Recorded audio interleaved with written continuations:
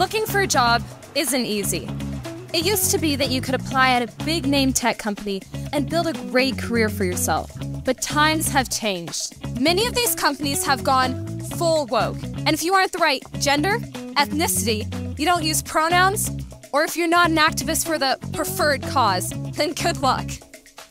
Why would you risk your career on that? At Red Balloon, we're connecting good employees with top quality companies that value you for your skills and your work ethic, not your social activism score. Employers who post jobs on Red Balloon are focused on creating an enjoyable and productive work culture, free from divisive woke mandates. So if you want to find a serious career path without the nonsense, come to Red Balloon and post your resume today. Because you shouldn't have to choose between your job and your values. That's redballoon.work, where you can find your future.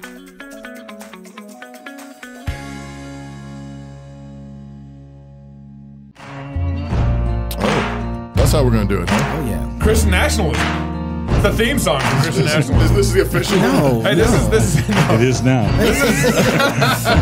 This is Beer and Psalms Wednesday, but we actually don't have a psalm today. Me and Knox ordered Toby not to do a psalm today. But we have Pastor Doug in the house. Yes. Hi. Yes. Hey. Welcome to Cross Politic on the Fight Laugh Feast Network. Pastor Toby, Chuck Knox, I'm the Water Boy, and of course, it's great to have Pastor Doug in the studio to be with us to talk about his new book, Mere Christendom. Yeah. Dedicated to me. Dedicated to... It said two knocks right on the front. It doesn't say chocolate knocks. I just want no, mine does.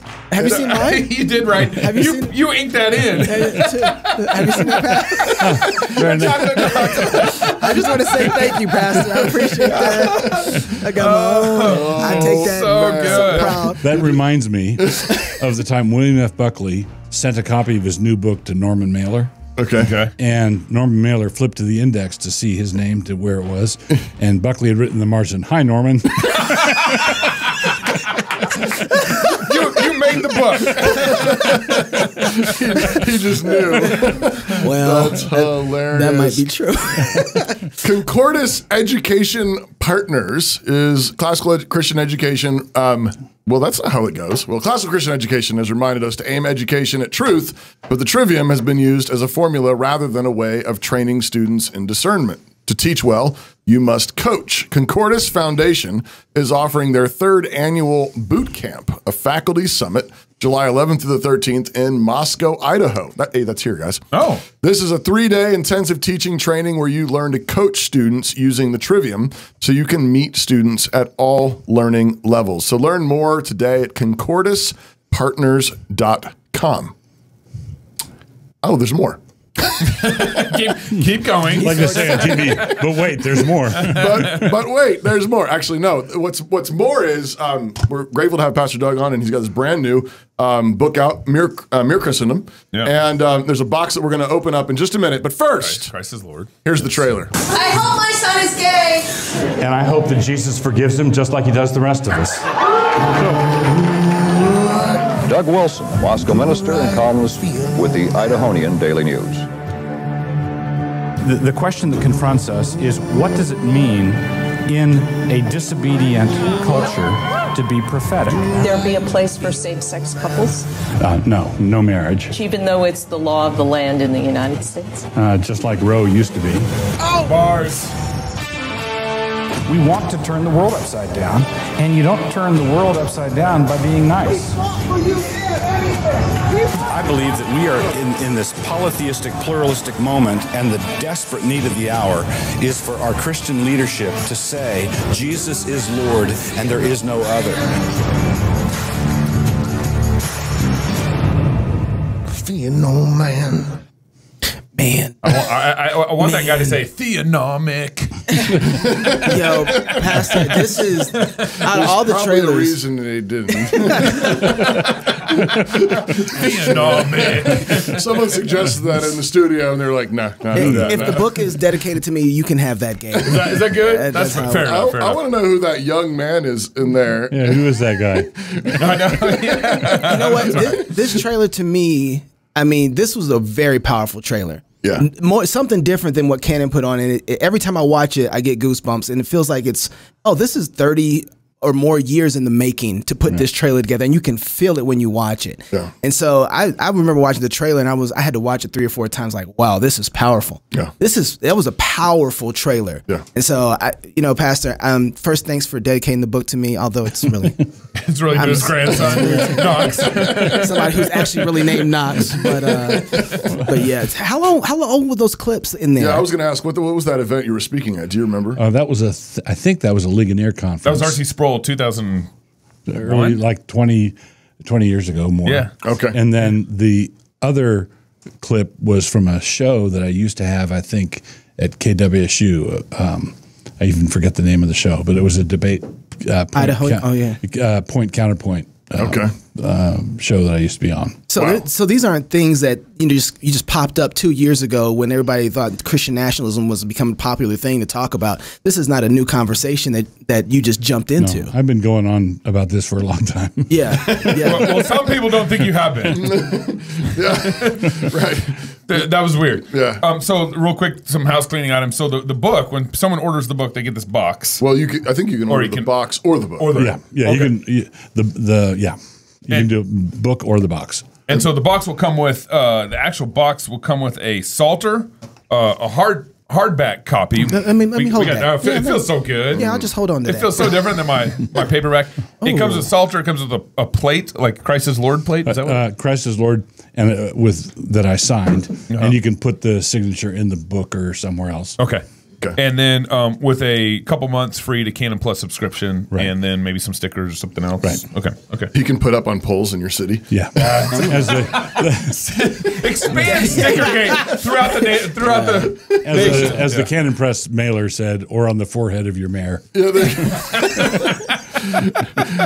And there's a cool deal they're doing right now at Canon too, where isn't it like 20 boxes in the same zip code? Yeah, same zip code or same area. Okay. If there's 20 boxes that are ordered from that, then Canon will spring for a billboard in that area. Wow. It says Christ is Lord. Christ is Lord. So there's one going up in Spokane, one going up here in Moscow, and New York. I heard New York City. Brazil is getting one. Oh, really? Yeah. In Portuguese. Yeah. One assumes. Yes. Yeah, the English would fall flat. Should be helpful for them. Yeah. So the book is divided into 4 basic parts. Sort of where we are, what is mere Christendom, what are the maiden lies about what mere Christendom would be, and then how do we get there? How do we actually start restoring it? So maybe just going in that order to start with. So where are we right now, and why is mere Christendom a good idea? We are in clown world. Yeah. Okay. That's the first thing. Well, we were in clown world, then we were in creepy clown world, and now we're in clowns with chainsaws world. Yeah. Right. Cutting body parts. It's just getting worse and worse and worse. Right. And what's the next clown? Well, actually, I think pedophilia is going to be the next one. There are signs of that already. The normalization of that. Yeah. The plus is coming, huh? Well, the plus is coming, and it already is with the drag shows and that sort of thing. Well, in Washington State just passed some legislation that allows, in principle, taking children away from parents. Right. Who won't let their kids transition. Let their kids transition. Right. So, the next step would be, the 11-year-old who really wants to have a lover. Right. And then they'll put that mom in the jail where a man could be in that jail with that mom. Right. Yeah. So things are really bad. And I mentioned in a sermon a few weeks ago, everybody's learned to say, learn not to say anymore. Yeah. Now I've seen everything. Right. Because the next thing is just mind-boggling. And that's where we are. This is what it looks like when the society's on the grade going down, and no brakes. The brakes are out on the switchback grade, and that's where we are. And the main issue, the world has always had disturbed people, right? In every era, in every generation, you could always go find people who just didn't have it together and couldn't cope with life and stuff. That's not our disease. People have always had those. Our disease is all the normal people don't have anything to say to the people who are out of it. Right. So, for example, the inmates really are running the asylum. Right. So that's the problem. Right. The disturbed people, there's always been disturbed people, but they've always been on the margins of society.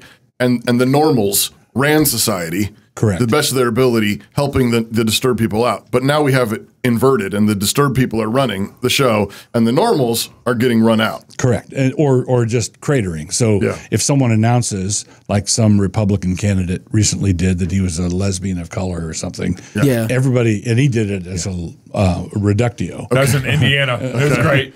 As a reductio. But everybody had to take him seriously, right? And they had to use all the so the problem. He used a before-after picture, and it's the same picture. Yeah, I saw that.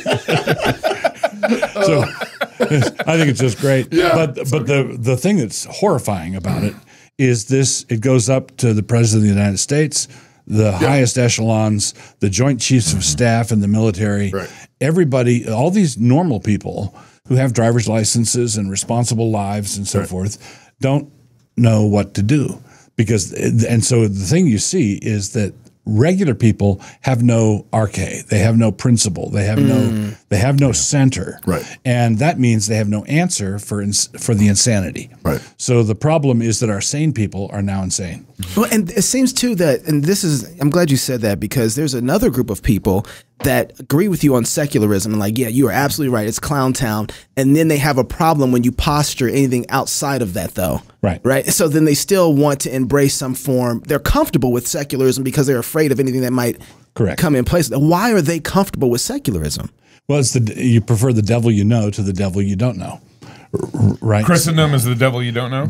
Christendom is the devil you don't know. Wow. And you've been told many stories about Christendom. You've been catechized on the religious extremism. Yeah, you want to burn witches, do you? Right. You know, that sort of thing. Yeah. And you don't realize how many times you've been told that. Right. So there was 1,000 years of human history in AD of Christendom in its robust forms, and we've been told countless lies about that time. It was an Inquisition. And there was an Inquisition, but what people don't do is they don't put anything about it in perspective. And that's what I devote the third section on the lies about Christendom. But that's why people are freaked out about it. They don't know it, and they know what they're going to do tomorrow morning with the devil they know. But they don't have any idea of how they would cope with Ayatollah Weirdbeards running everything. Are we still living in a classical order? Is there, and to what extent is that gone?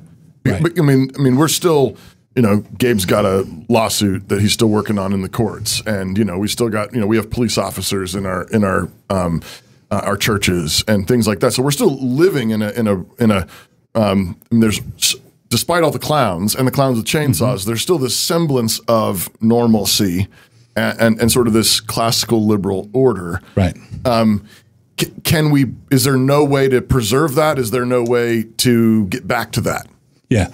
I think that there are many people in normal America who are just now waking up to how bad it's gotten. And there are a lot of them who assumed, because of everything looking good, they assumed that everything was just like it was for their grandparents. But it's radically different. And a lot of people are saying, oh, no, Leonard, get my shotgun. I really go buy some guns. I need to buy a shotgun first. So I think that we're now coming to the point of collision where sort of a sleepwalking America is waking up to how crazy it's gotten, and they've waited, gave it a moment to go away, and then it didn't go away. And what it boils down to is if you've got a patient that's running 105 fever, at some point the fever either breaks or the patient dies. And I think that we're at that point now. So Darren's going to produce another movie, Collision 2. Is that what I'm hearing? So that means potentially, though, then that means the fever could break, and we could have some kind of repentance, and what's left of the what's not been burned to the ground in our nation could be reinvigorated, and reestablished, and that could be part of a mere Christendom project, or the whole thing tumbles off the cliff, and we really, and maybe, United States breaks apart and all kinds of things happen. And then we're in a post, sort of Roman Empire scenario where we really are rebuilding mere Christendom kind of from the rubble. From the rubble, right. Yeah, and the Reconstructionists really expect that one to happen. It's kind of been their position. My turn. I'm Hurry up. I'm hopping Chop, in. Junior. So, it's we're now all this, like, I think I don't know if you call this necessarily a reaction, but now we're getting into this kind of intramural debate on Christian nationalism. Yeah. Presbyterians, Baptists, whatever's going on. You're leaning into the terminology mere Christendom. It's not like you're necessarily shying away from Christian nationalism. No, Christian nationalism is one piece. So zoom in, Christian nationalism. Zoom out, mere Christendom. What do you do when you have three Christian nationalisms? What do you do when you have three countries that? But we don't even have one, so why start? Well, actually, there's at least one. There's a couple in Africa, at least. Okay, true, right? True. Yeah. All right, so I'm ignorant. Right. Well, and in medieval Europe, you had a number of nations that were Christian nations, and they were united by the Christian faith. Right. Yeah.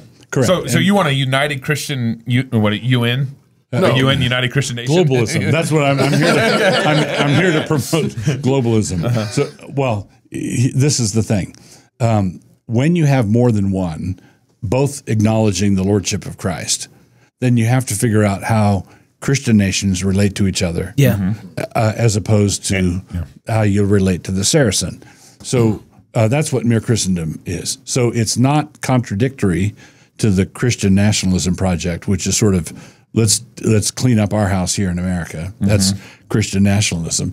But then zoom out. What do we do when Mexico and Canada are in the mix?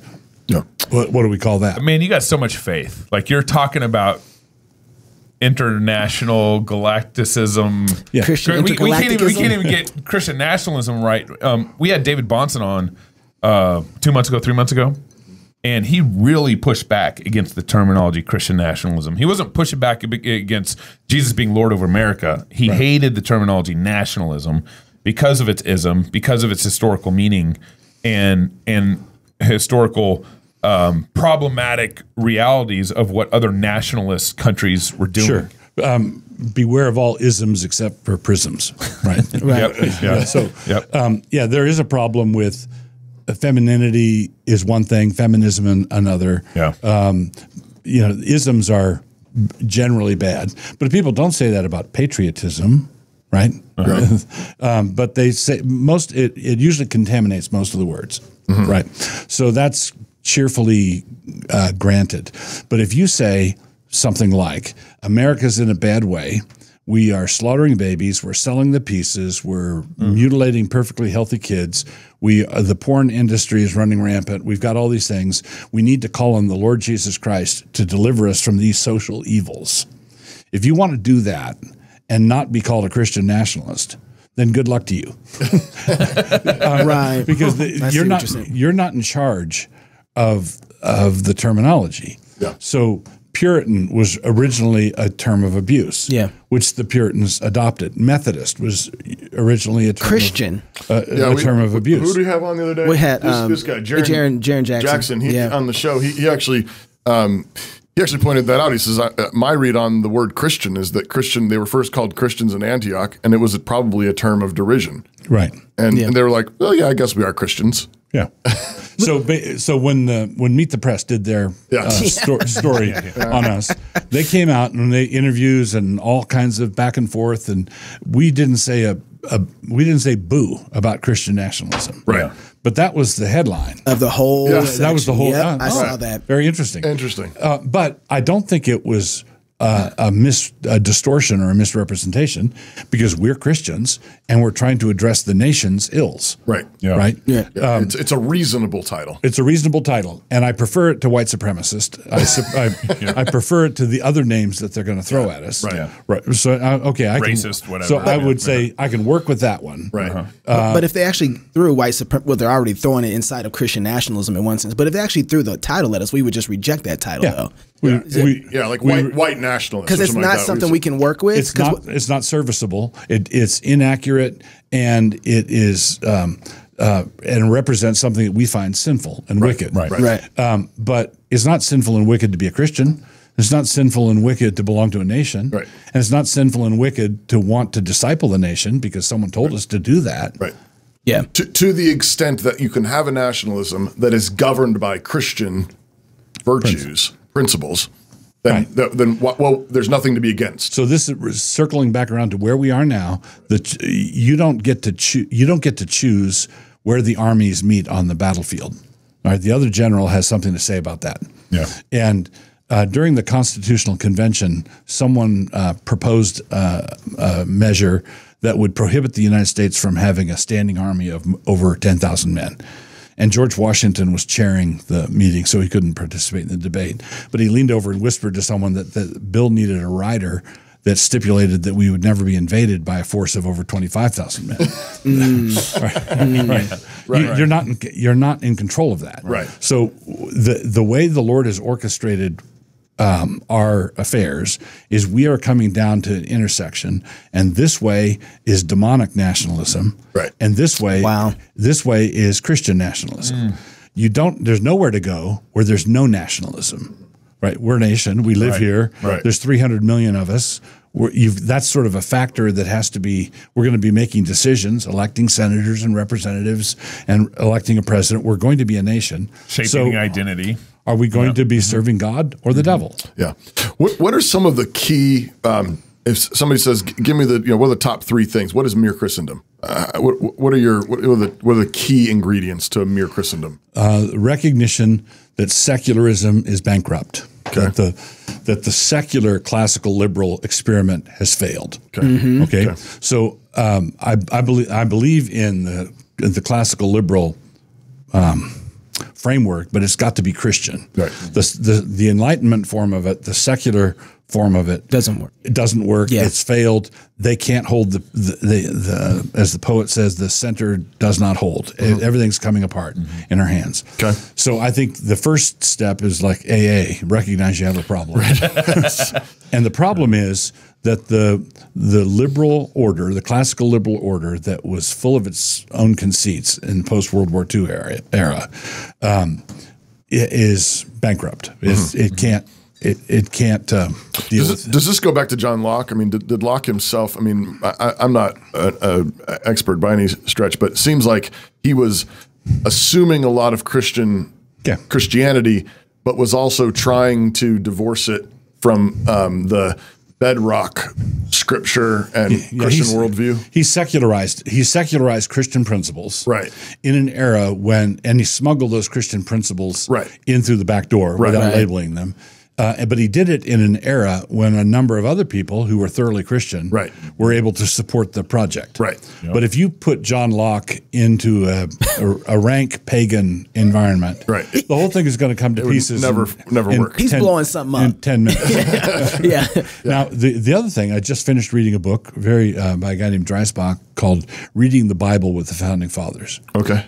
And it was a marvelous book. Okay. And in that book, there's one guy who did a study going through all the founding fathers' letters and books that they wrote and stuff. What did they cite, right? And they cited Deuteronomy way more than John Locke. Interesting. Okay. Yeah. So the Bible was overwhelmingly in their political writing. Right. This was not in their devotional writing. This was in their political writing. Right. They cited the Bible more than Blackstone, more than Montesquieu, more than John Locke. Yeah. The founding fathers were thoroughly Christian. Yeah. Okay. And they lived in a Christianized environment. And so you could say something like, let's not have a church of the United States, which we did in the First Amendment. Right. And that meant we are not going to have wars between the denominations. Right. Right. But they're assuming Christian denominations. Right. So first thing, reject secular state, secular liberal order. It's bankrupt. We've got to reject it. What's another core? The second thing is I would like I'm urging civil societies to recognize that they are a nation in a world in which Jesus came back from the dead. Okay. So acknowledge the resurrection. John 14:6. Right. Yeah. So acknowledge that Jesus rose from the dead, and that has implications. Right. And that means he's Lord. Yeah, that means he's Lord. Right. So anybody who came back from the dead in this world is in charge of this world. Right. If you do that, we let you do You it. win. Right. So this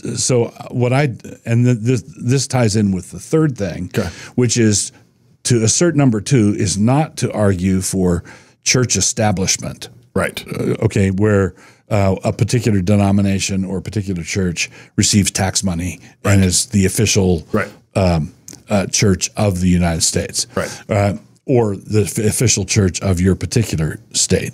So many people think, oh, if you want mere Christendom, you want this entity, this nation, to be Baptist or Presbyterian or Anglican or Episcopal, whatever. Right. And I don't think that that's necessary. You can have an interdenominational Christian college, right? It's a Christian college. There's a statement of faith. Jesus rose from the dead. Right. And you can come here and be a Baptist or a Presbyterian or whatever. Right. And the American version of the Westminster Confession of Faith, which was they modified the original British Westminster Confession. And one of the amendments that they changed was the church's relationship to the civil magistrate. And the first General Assembly of the Presbyterians in America was held in Philadelphia in 1789. The same year, same city as the Constitutional Convention. Interesting. They were all breathing the same air. Right. Right. And the American modification, this is the proposal I would urge, is that the magistrate is not to interfere in any way with matters of faith and practice, but is to be a nursing father, using Isaiah's language, a nursing father to the churches of our common Lord. Okay. So what the Presbyterians wanted was a magistrate that was friendly to Christians. Period. Yeah. All Christian denominations. Now, I acknowledge that this is going to present us with some problems down the road. What about the Mormons? What about the Jehovah? At some point you're going to have to make in and out decisions, and the magistrate is going to have to do that. But the American Westminster is a mere Christendom document. Yeah. Or if you say, well, it's just talking about America, I say, okay, Christian nationalist document. and that means if Tim Keller has not taken an exception to the Westminster Confession at that point, he's a Christian nationalist. Yeah. Right? Uh-oh. You heard it here. What about R. Scott Clark, too? I guess well, he might subscribe to one of those Dutch things. Okay. Pastor, so one of the things that was really hard for people to think about is liberties, particularly first, but any liberties for the most part under the lordship of Christ, right? So when people think about liberties, they think about what gives me pleasure to do that I should be able to do. That's how people frame liberties right now. So then how is Christ the foundation of all civil liberties? Because we think of like, oh no, if Christ is the Lord over the nation, all of my liberties are gone. What about the First Amendment? Yeah, so there's a very seductive lie in this, because the natural carnal heart wants to define liberty as me getting to do anything I want. Yeah. Okay, no restrictions. Okay, I'm not hurting anybody. Yeah, well, why can't I hurt somebody? Right. Right, sissy. Right. See, the point is, you can't say you can do whatever you want to do, but not that. Right. Well, because then we bring up, by what standard? Yeah. What standard are we applying? So if someone told me that you can go do absolutely anything you want to do this weekend, you're going to wake up Sunday afternoon, early Monday morning in jail. Doing absolutely whatever you want. Whatever you want to do. That's a false definition of liberty, because the liberties that the progressive left wants us to engage in, porn, smoking pot, being immoral, that sort of thing, can all be exercised in a 6x8 prison cell. Right.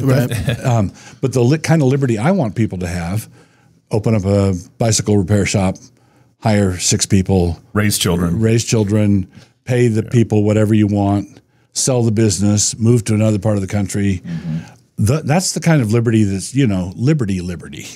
Okay. That's Christ's Lord liberty. That's Christ's Lord liberty. Yeah. But the second kind of liberty is only possible if people are virtuous and orderly.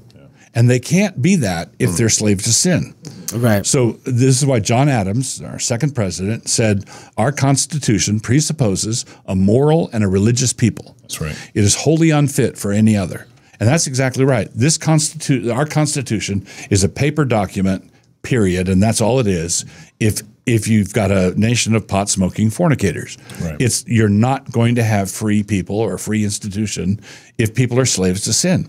How can slaves to sin build liberty-loving institutions? And how is it that Calvinists of all people, built all the free societies? Everybody says that Calvinism is the enemy of liberty because we believe that God is sovereign. Determinism. And God determines everything. Right. Yeah. But when you remove God's sovereign control over all things, what the natural heart of man sees is a job opening. It's not whether there's going to be predestination. It's who is the predestinator. Right? Mm-hmm. So if God is the one who predestines, then it's a loving Father who's omnicompetent, omniscient, omnipresent. Right. He's got it in hand. Mm-hmm. If we deny that he is in that position, then we think, oh, maybe the Health and Human Services could fill that role. And of course, they screw it up. Right. They just completely screw it up. So they want to predestine. Their hatred of predestination is hatred of God's predestination. Right. So then when people start, I think most people agree with everything you say until you start rolling it out. Right. Right. So then, okay. Free speech, blasphemy laws. No, they're all about deliverance until I bring up the deliverer. They're all about salvation until I bring up the Savior. Yeah. They're all about not drowning until I bring up the lifeguard. They're all about laws until you bring up Christ as Lord and King of those laws. Right? You can't have it both ways. If Christ is Lord, then do what he says. If he's not, then you don't have to. But if you don't have to obey Jesus as Lord, then good luck with your demons, because that's what you're dealing with now. It strikes me that this goes deep into the nature of man, because this is exactly what they did with Moses in Egypt. Mm-hmm. Of course. God sends the deliverer, and they've been crying out for a deliverer, and they're like, but not like this. We don't like you. We want to get raptured out of here, Moses. Raptured. Moses, you're using the wrong font. It's something. There's something. There's something. It's like, it's like, we don't like the menu. Like, we had better food in Egypt. I should insert here that historically Baptists have had a lot of trouble with the font. The baptismal font. Gabe, if you got to explain the Jews.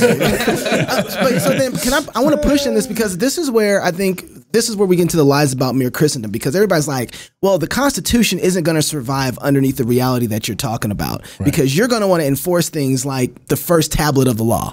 Right. Blasphemy laws. Yeah, you're going to have blasphemy laws. You're going to shut down everything on the Sabbath. You're going to start killing people for picking up sticks, Pastor. Right. On the Sabbath. So here's the thing. I do want to enforce the first table of the law. All right. So, hey, man, come on now. Come on, preacher. But this is the crucial thing about it. I think that we should start with the biggest offenders instead of starting with, I don't think we should start with the village atheist. The non-Christians. The village atheist on the edge of the village raving about, saying insulting things about Jesus. And I don't think we should start with that guy. We should recognize as Christians that the biggest blasphemer over all of human history has always been the state. Always. Mm-hmm. Okay? Now, we forget that Jesus was executed on a blasphemy charge. Yeah. Okay, now it seems to me that Christians ought to be a little jumpy about rushing to enforce blasphemy codes, not because it's bad to enforce them. Right. I want to enforce them. I just want to enforce it on the real culprit, the real criminals, the real blasphemers. All through Scripture, who are the real blasphemers? It's Nebuchadnezzar setting up a statue. Right. You've got to bow down and worship. Yeah. It's Pharaoh saying, I don't know who the Lord is. These are my people. These are my people. It's Daniel being told that you can't pray to your God. Yeah. Right? That's blasphemy. Jesus was railroaded in a blasphemy charge, and then when he answered the high priest's question, and he tore his robes and said, "You've heard the blasphemy." Yeah, it seems to me that Christians ought to say, "Okay, let's start with where the real problem is." And if I just give the state, especially the state, the size it and with the power it has now, if I say, hey, deal with those blasphemers, there's that village atheist over there, I can guarantee you that what they're going to do is they're going to take that power and they're going to blaspheme with it. Yeah. So let's stop the state from blaspheming for 500 years. And then we can talk about how that applies to the citizens. Then let's talk about the village atheists. So so start with the priest and the president, Rick Warren and Biden. Right. And I don't think that basically if the church was jealously guarding the state from blaspheming, right. I believe that we would have very little problem with the renegade blasphemer in the citizenry. Yeah. The center of our iniquity with blasphemy is always the state. What would that look like? That's what would that look like? How do we let's say everybody's like on board? Yes, let's do that. And let's say by some miracle you had a massive influx of people. They read the book. They said, yeah, let's do that. What would be the steps to reining in the blasphemy of the state? So so all the people gathered around, and Herod gave a speech, and the people cried out, the voice of a God, not a man. Yeah. And he doesn't give glory to God. He doesn't quiet them down. Right. That's an impeachable offense. Okay. You impeach it. You impeach a king. You impeach a president. Yeah. You impeach someone who does not give glory to God. And now someone's going to say that, well, you're just going to make the politicians say things they don't mean. Well, of course, they're a politician. That doesn't bother me. I just don't want politicians blaspheming openly and meaning it. When they openly blaspheme and they mean it, the angel still struck Herod with worms, and he still died. Right? Can you think of some examples for us in like the last 10, 20 years? I mean, that you're thinking of, like where blasphemy has occurred in a public leader that you're thinking of? Yeah. Didn't Trump basically blaspheme, and didn't he put himself above Jesus at one point? Maybe that or compare himself to Jesus? John Lennon, maybe. I'm not thinking. Well, I think that in terms of verbiage, our Christian residue is still largely operative, policing things like that. I mean, Joe Biden's still saying "God bless America" and things like that. Correct. But I think that the blasphemy has to do with the state assuming the prerogatives of deity. Okay, the most recent egregious blasphemy would be the Obergefell decision. Right. We are going to define marriage. Yeah. So God said, here's my image, male and female. This is my image. And then the United States Supreme Court said, well, let's erase that. They're going to create their own image of their own God. And I would say that would be a blasphemy. Yeah, so, that's a great example. Pastor, but this part of the question, I don't like even some of the way that people are asking the questions, like you want to enforce the first table of the law, like it's just like not there to be enforced. Right. You don't get the second half apart from the first, right? Just so everybody knows that. The other thing is they act as if the question assumes whether or not we should have even blasphemy laws when we already do. It's an inescapable reality. Right. We already have isn't it treasonous? That's a form of blasphemy. If we don't have God's first table, you're going to get someone else's first table. Yeah, and somebody's first. If I can guarantee you that I could go down to Friendship Square in Moscow here and get arrested within 15 minutes on the basis of what I was saying only. Right. Right. Right. Because speech. Because blasphemy laws are inescapable. Right. It's not whether but which. It's not whether you have blasphemy laws. It's which God must not be blasphemed. Yeah. We can argue over the enforcing of it, but to ask if we should have them is a ridiculous question. Right. That's, as far as I'm seeing, it doesn't make any sense. Exactly. You were going to read an ad. Oh, I was. Let's have Doug read it. Let's stop and take a moment to talk about the Fight Laugh Feast Club membership. I think we're actually going to change the name of this. Yeah, we are. Can I tell them? Go ahead. Yeah, sure. Let's do it. Name it, claim it. Name it, claim it. Yeah. So from now on, it's not the Fight Laugh Feast Club. Join the cudgel. It's the Fight Laugh Feast Pub. Woo! That's what it's going to be from now on. That was huge. Yeah, the Fight Laugh Feast big Pub. By joining the Fight Laugh Feast Pub, not only will you be aiding in our fight to take down secular and legacy media, but you'll also get access to content placed in our pub portal. So look at that. Such as past shows, all our conference talks, exclusive content for club members that you won't be able to find anywhere else. Lastly, you also get discounts for our conferences. Get $100 off. Yep. Club, at the Ark Encounter. The Ark Encounter registration. So if you've got $10 a month to kick over our way, you can sign up now at fightlaughfeast.com. That pub is about to get thick. We're about to really pump that joker up. There we go.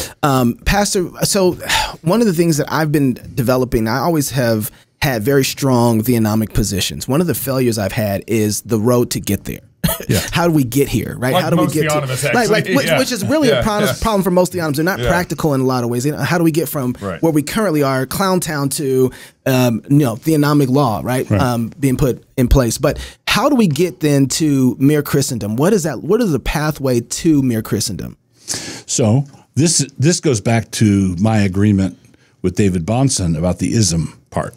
Okay, and this is one of the places where I both appreciated the Reconstructionists back in the 80s, but also would careful. Right. Because the besetting sin of people who like to think about future societies is their ideology, their ideologues. Right. And it's really easy to create an ideal society in your head and then say, and then the king only serves 3 years, and then no term limits or term limits, and you're down in the basement working out your ideal utopia. Right. All right. And so I don't see how there's any way. For example, if we took a relatively healthy Christian republic, which I think ours was comparatively healthy in 1890s. Okay. There's no way you could take that republic and have a shrewd biblical scholar 500 years prior be able to anticipate that. It's far more organic and natural than that. And messy. Funky, messy. Yeah. And this is why I believe the scriptures give us principles primarily, not methods. So Lord, what should we do? Love God, love your neighbor. Yeah. What should we do? Right. Don't steal his stuff. Right. What should we fear the Lord? Fear the Lord. Yeah. Tell the truth. Tell the truth. Don't lie in court. Worship. Worship God. Yeah. So I don't see that Paul says in Corinthians, "Eye has not seen, ear heard, what God has prepared for those who love Him." And I don't think that this is talking about the eternal state. I think it's talking about the eschatological glory of the unfolding kingdom. So if I tried to anticipate all the questions and map it all out, I think I'd be taking too much on myself. All I want to do is stick with the principles, which is Jesus is Lord. We're not going to get anywhere unless we acknowledge that, and we shouldn't apologize for any part of the Bible. Right? This is what was given to us. And if someone says, "So you're going to enforce the first table of the law," and I say, "Yeah," and they say, "Well, how? 500 years from now, how?" I'd say cheerfully, "I don't know." Yeah. Right. How would I know that? Yeah. But you know that we should. I know that we should. Which is 95% of the way there. And I know that we should not do it. I know that we should not do it the way the Spanish Inquisition did. And we have 1,500 years of Christians attempting it in various ways, and some of them were ways we can look back and say not like that. Right. But there were, when Constantine establishes the Sabbath in the 300s, that was the first table of the law, and he began. He says, let's have the Lord's Day. And that's a thoroughly that's a Christendom thing. Yeah. And all the way down to there's still some states that actually have Sabbath laws on the books even today, as anemic as they may be, and not all of them are horrible. Right. So then what's making the Baptists all squirmish? Because they're like, "Oh, you guys are going to be beating us and drowning us again and flogging them, flogging Baptists." Yeah, yes. But mere Christendom seems like this is a project for Christendom, not Presbyterians. Right. I think Presbyterians, when the Presbyterians open up this subject and dig into it, it's like going home. Right. It's like, oh. Right. Right. Yeah. There are a lot of treasures here. There's a lot in the archives that we have done the work on. With Baptists, they don't have as much in the archives. Right. Okay. Now, I do believe that there are Baptists currently working on a Baptist approach to public theology, and I do believe that there are Baptists who recognize that clown world is not where I want my grandchildren to grow up. Right. They're recognizing that. I think, and Stephen Wolfe says in his book that he, as someone who's not a Baptist, he says the Baptists absolutely have a place in this, but I'm not in a position to do the spade work that they're going to have to do. And I think they're going to have to do more than Presbyterians have to do, because for a large chunk of their history, they were a persecuted sect on the margins, right, and not allowed anywhere near the centers of power. So why was that? Well, part of it was just the numbers.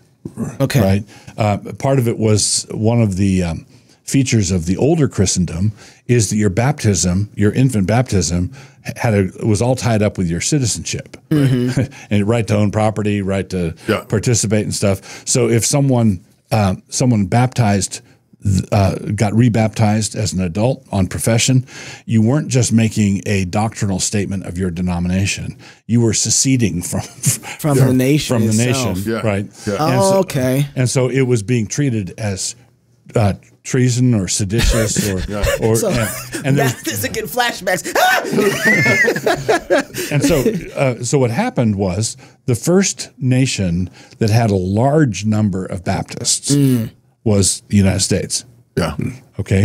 Interesting. So partially because of the persecution, and so they were coming over to find a new land. Correct. New home. And so and the Baptists, after there were some skirmishes in 1600s and 1700s where some of the colonies were applying the old European ways. Right. But after the Constitution was ratified, late 1700s, early 1800s, the Baptists here were very happy with the settlement. And they were very happy with the general Christian aspect of it. Okay. And so America had a form of Christendom that worked for 200 years. Yeah. Okay. It was for Presbyterians and Baptists. So is it and Episcopalians and Methodists. And even some of the Quakers. So it's safe to say that Presbyterians in America have seen to make sure their Baptist brothers could live in peace here and be a part of the. Correct.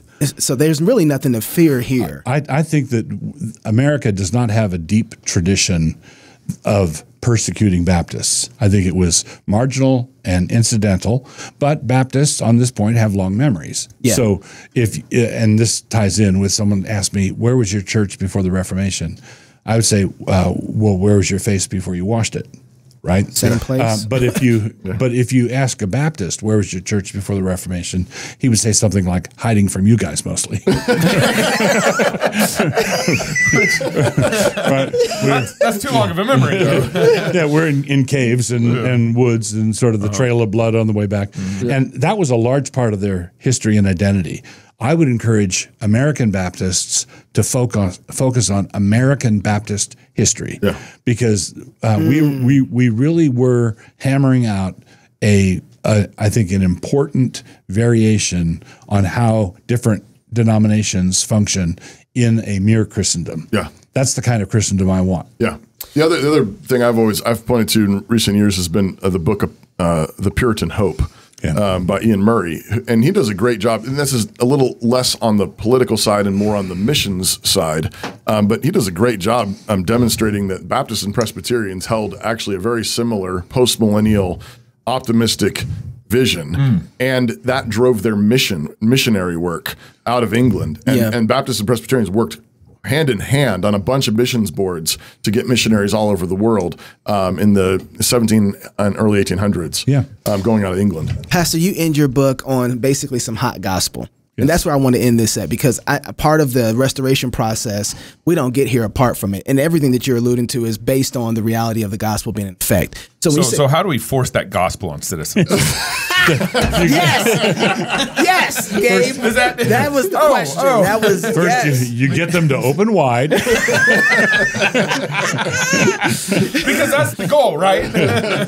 So the number one misapprehension about Mere Christendom and Christian nationalism is that you guys are trying to seize power and force it down everybody's throats, in a top-down way. So just for the record, there's absolutely no way that any of this is going to happen apart from a massive reformation and revival among the people.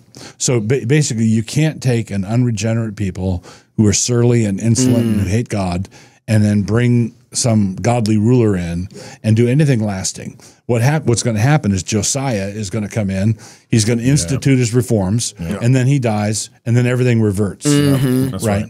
So, in order to build anything lasting, you've got to have hot gospel preachers fanning out everywhere, planting churches, establishing networks, teaching, discipling, and so forth. It's not going to happen without a massive move of the Spirit, which I think would make the Great Reformation of the 16th century pale in comparison.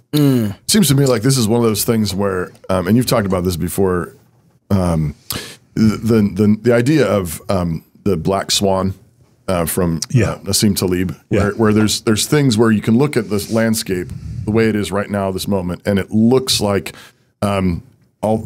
we're going off a cliff. Right. It's clowns with chainsaws. Everything's bleak, and we're probably going to be, digging out of the rubble. Right. Which is very possible, and that's what it looks like. At the same time, a black swan event is one of these things that you don't see coming, but then when it happens, everybody looks back and says, "Oh, look, there were all the signs that it was coming." Right. And it seems like if with eyes of faith, there's actually quite a bit to look at to see. I mean, the fact that we're having intramural debates about Christian nationalism is already kind of an interesting dynamic amongst like really disparate groups of Presbyterians and Baptists and some Anglicans and Lutherans even hanging on, and because the COVID moment kind of all of a sudden God gave this took the blinders off. Took the blinders off and said, look at what you're dealing with. And it's this huge blessing where there's been massive migrations, a whole bunch of churches closed down that needed to close down, a whole bunch of people left really anemic churches to find churches and communities where they actually preach the gospel and they have a backbone. You've got this moment where it seems very possible that God could do something significant. We have massive homeschooling, Christian schooling movement, the ACCS. You've got a bunch of online classical conversations and Logos online and things like this. There's something there that looks very much like it could also be the very early churnings of a Reformation. Yes, as you pointed out, and the trailer pointed out, I've been saying a lot of these things for decades, and I'm getting an audience now that was not possible 10 years ago, 20 years ago, 30 years ago. Right. That's one thing. So if a massive Reformation hits, a Black Swan Reformation, immediately afterwards, 200 historians are going to be able to write books about showing how it was inevitable. Right. And they'll point to things that really was, it really is inevitable. But it takes a prophet or someone with prophetic visionary eye to, I'll just reapply Peter Drucker here, the management guru. Yeah. He said, look for the future that has already happened. Okay. And I think that we're in a position like that. I think a lot of the future I'm talking about has already happened. Yeah. That's good.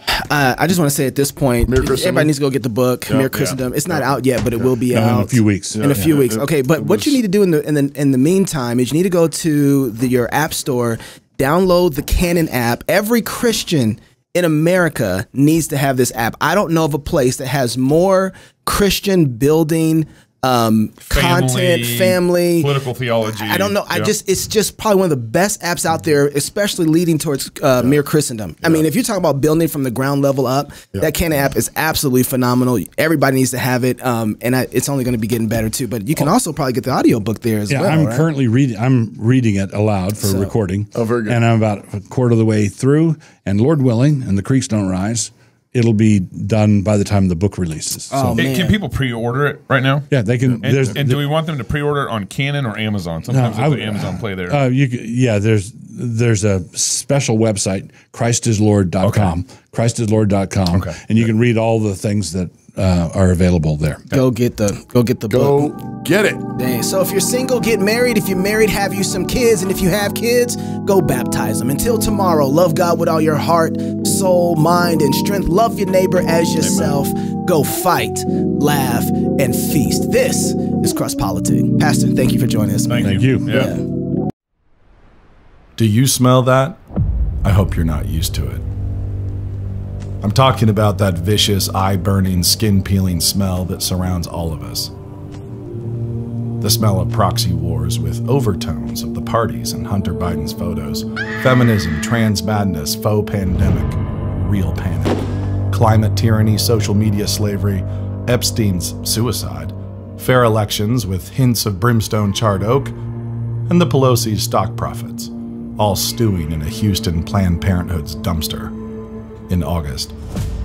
That is the smell of the thing we once called America, dead and composting. The post-mortem on America isn't complicated. First founded by starving pilgrims and slaves, refugees and immigrants crying out to God for deliverance, this nation was pitched like a tent by men and women struggling in the mud and the dust, who survived drought and depression, and twice left home to bleed and die and save the world. Yes, there was hypocrisy, pietism, self-righteousness, injustice.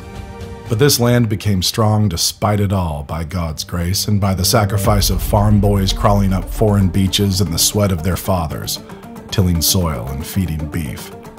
American boys tamed the sky and walked in space. We touched the world with our Navy, our love of sports and stories, underdogs, and barbecue. And now, we touch it all with our rot. The greatest nation in history has been laid low by one simple evil: lies. The deadliest was the first, the lie that our greatness was our own doing, and so many more came after.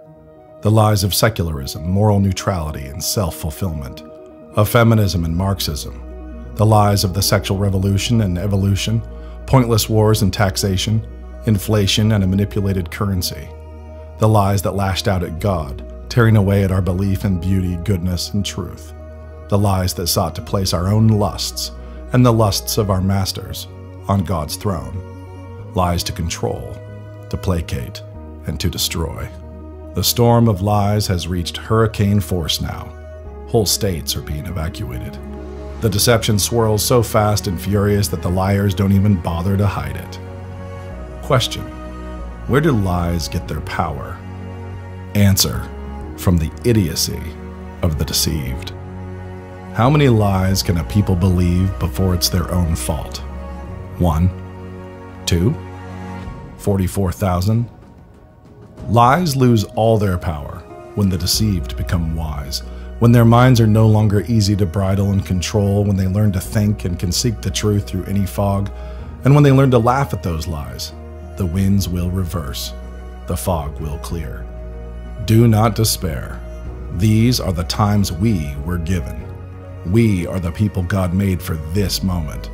The faithful and the undeceived will rebuild in the ruins, and we will do it singing, feasting, loving, and laughing. We will plant again, and we will harvest 30, 60, and 100-fold. After all, composting empires make the richest soil. New St. Andrews College. Liberal arts for lovers of truth. Laughing at lies since 1994.